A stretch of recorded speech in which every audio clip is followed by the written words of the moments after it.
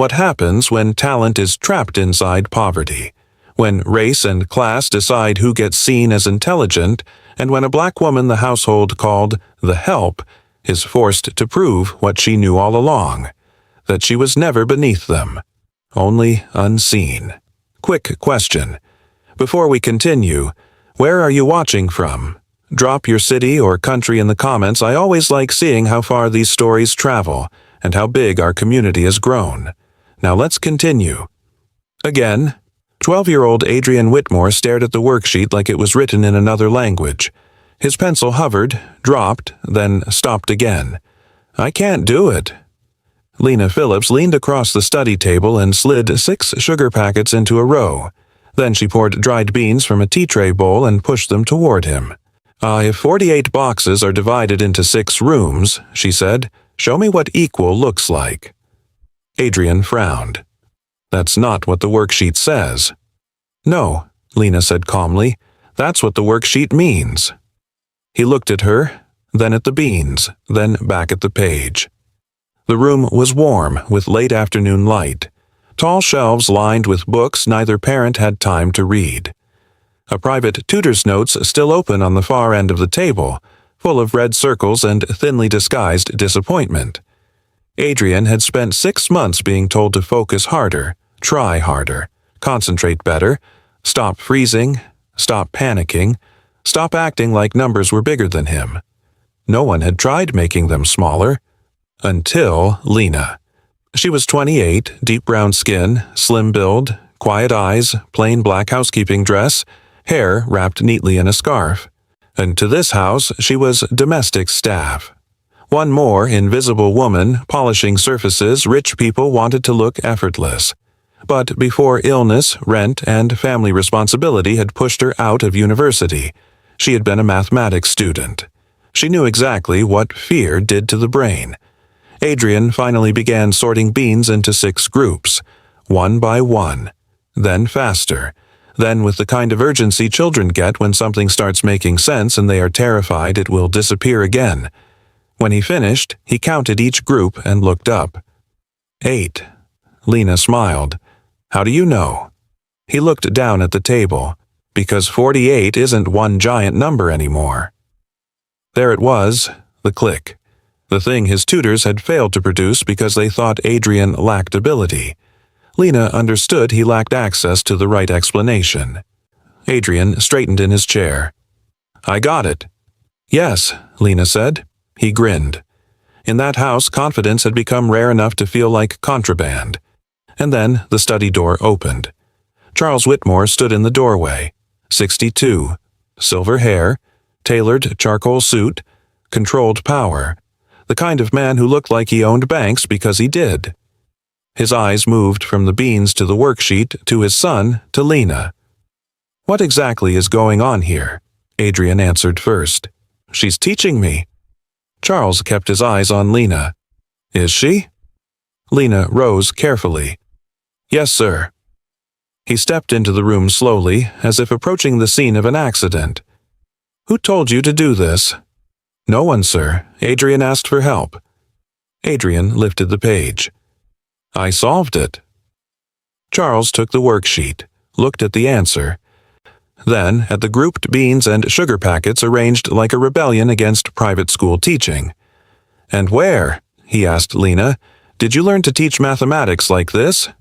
She could have lied, could have shrunk, could have pretended instinct. Instead, she said, I studied mathematics before I had to leave school. How far? 2nd year university.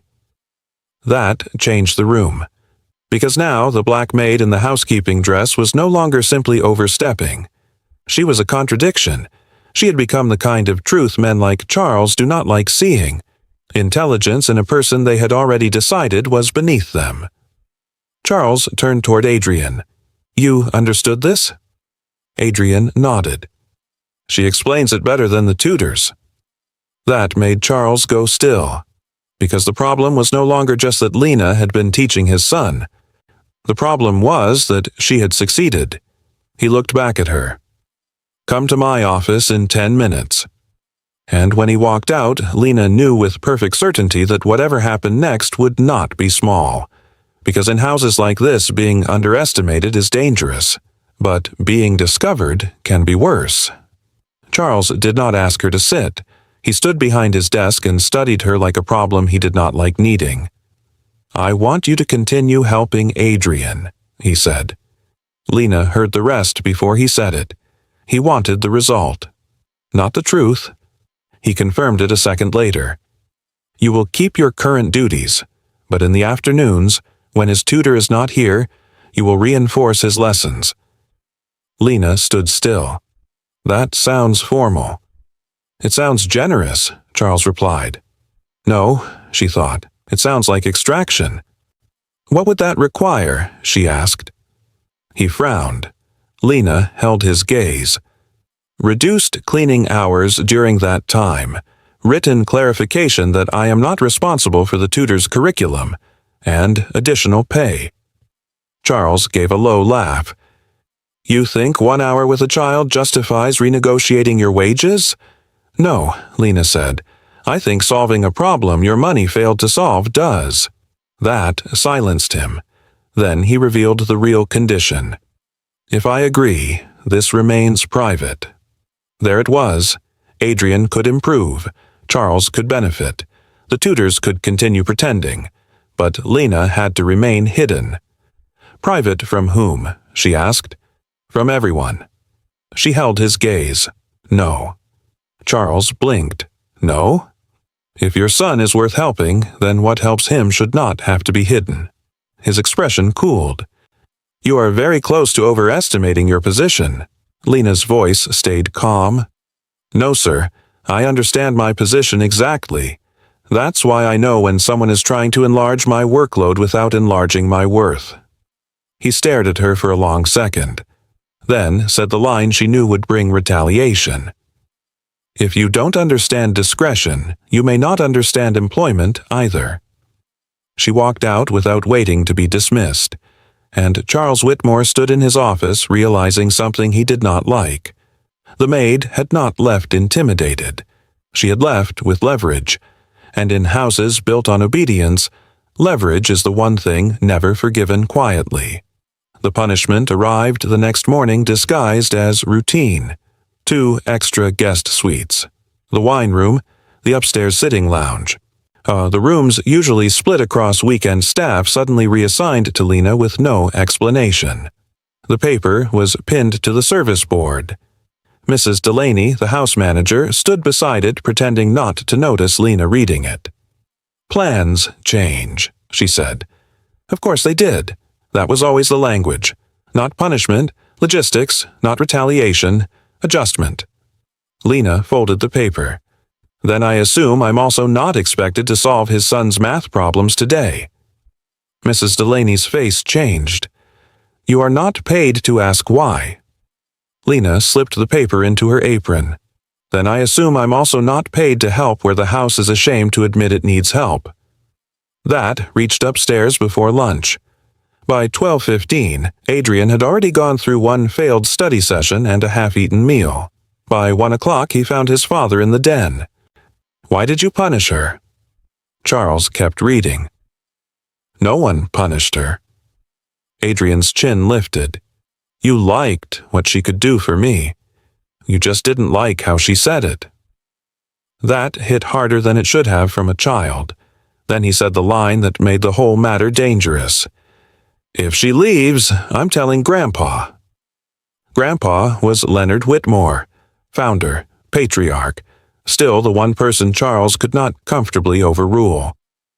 That evening, Leonard would arrive for the family fundraiser. The worst possible audience for the truth. Charles stared at his son. "You will do no such thing," Adrian answered with something new in his voice. "Watch me." Later that afternoon, Adrian found Lena in the east guest corridor folding linen beside a cedar chest. "They're trying to make you quit," he said. She looked up. "What happened?" "I heard him talking to Mrs. Delaney. He said if you can't be discreet, this house may not be a fit." There it was. Not fit. Never unfair, never wrong. never exploitative. Just not a fit. Lena set down the pillowcase. Then tell me something. Why would you tell your grandfather?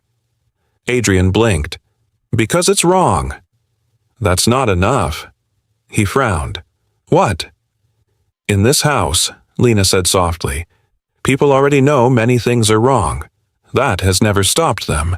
So why is this wrong? He thought for a moment. Then his face sharpened. Because they want what you can do, but they don't want to respect who you are. Lena nodded. Yes. He looked suddenly older. What do I do? She crouched to meet his eyes. You tell the truth, clearly, and where it costs the lie something. That line went into him. She could see it. And then Charles found them together. He ordered Adrian out. The boy refused. Charles turned to Lena. You've become too familiar? Adrian stepped between them. She's smarter than anyone you hired. Charles's face hardened. Pack your things. You're done here. And just then, Leonard Whitmore's voice came from the hallway. What truth is bigger than the room? Leonard stepped inside and read the scene instantly. His son, tense. His grandson, furious. The maid standing in the middle of a family power struggle no one had wanted him to witness. What happened? He asked. A staff boundary issue, Charles said. That's a lie, Adrian snapped. Leonard looked at the boy. Tell me. Adrian did. He said Lena helped him solve his math problems. Said Charles wanted her help hidden. Said when she refused, he tried to fire her. Then Leonard turned to Lena. Is that true? Yes, sir.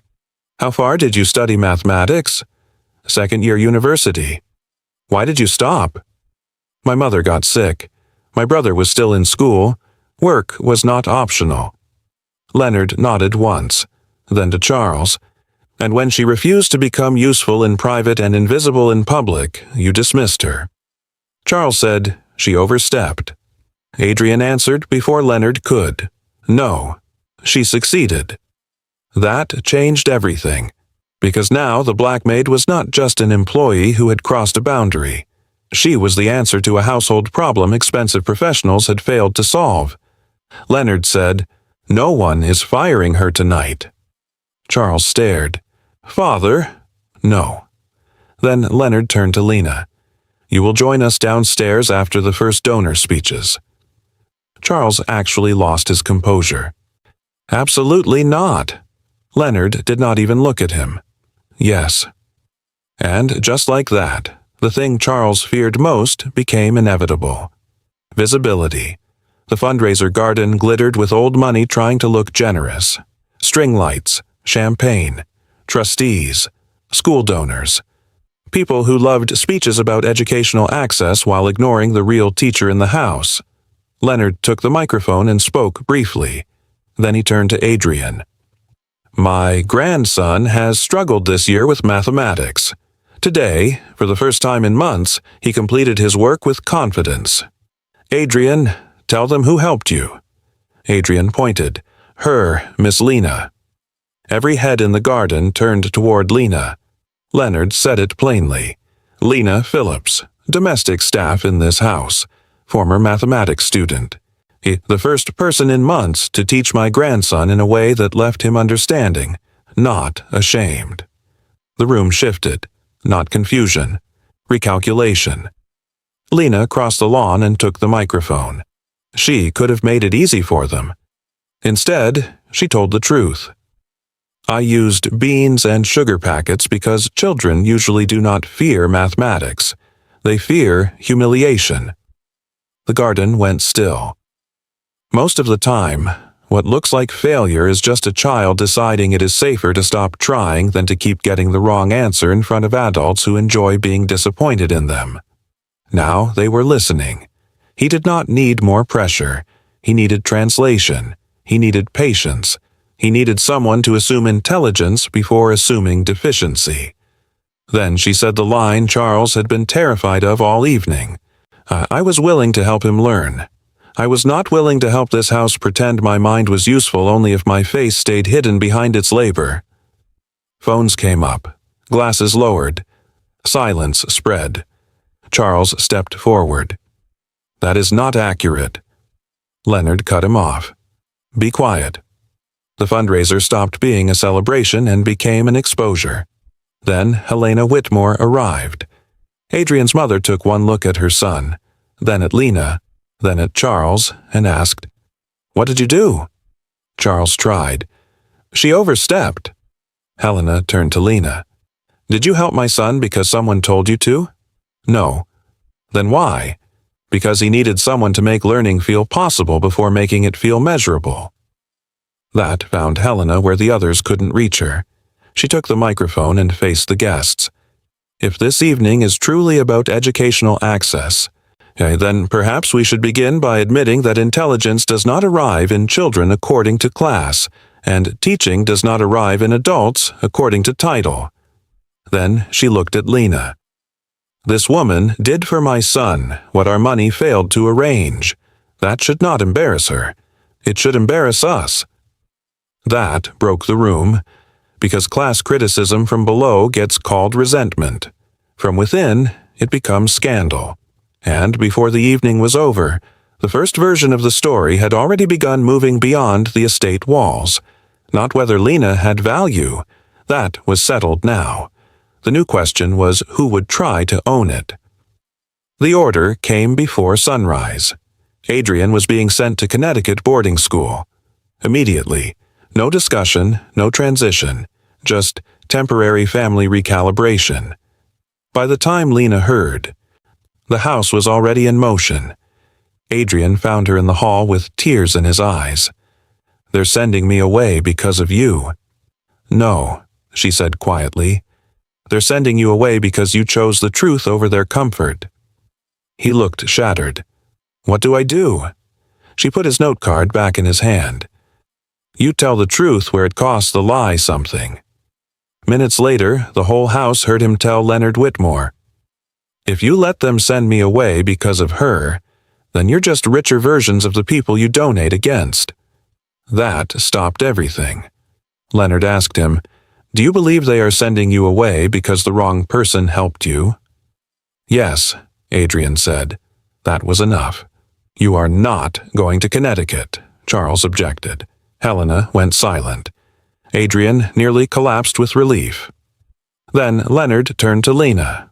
"Yeah, if resources were not the barrier, what would you do?" She answered without shrinking. "I'd finish my degree. I'd teach. I'd build something for children who learn faster than institutions respect them." Leonard nodded. "Then we will structure all three." Charles called it madness. Leonard called it correction. And just like that, the family's attempt to hide Lena's intelligence became the reason they had to fund her future in public.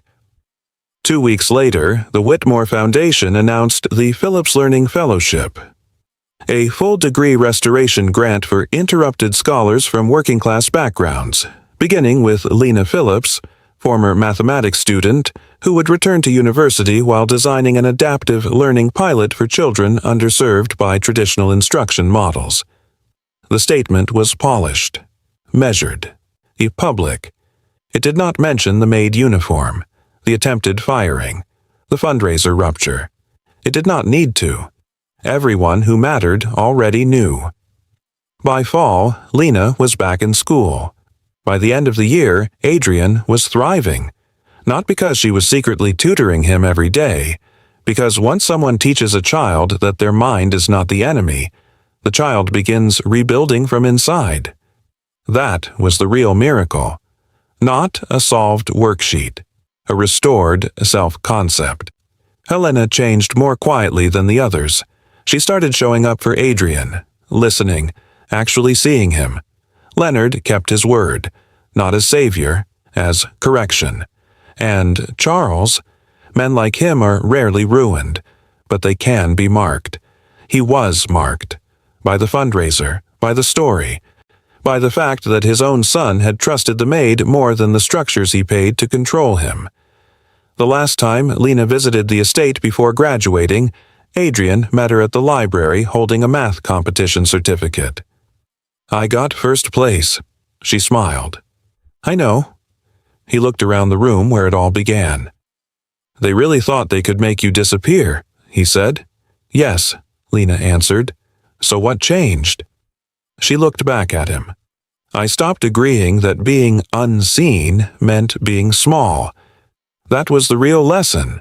Not arithmetic, not even justice, scale. Who gets to define it? Who benefits when brilliance stays hidden? And what happens when the person everyone trained themselves not to notice finally becomes impossible to ignore? And once it costs more to suppress intelligence than to admit it was there all along, the whole house has to rearrange itself around what should have been obvious from the beginning. She was never just the maid. She was the mind the house could not afford to lose.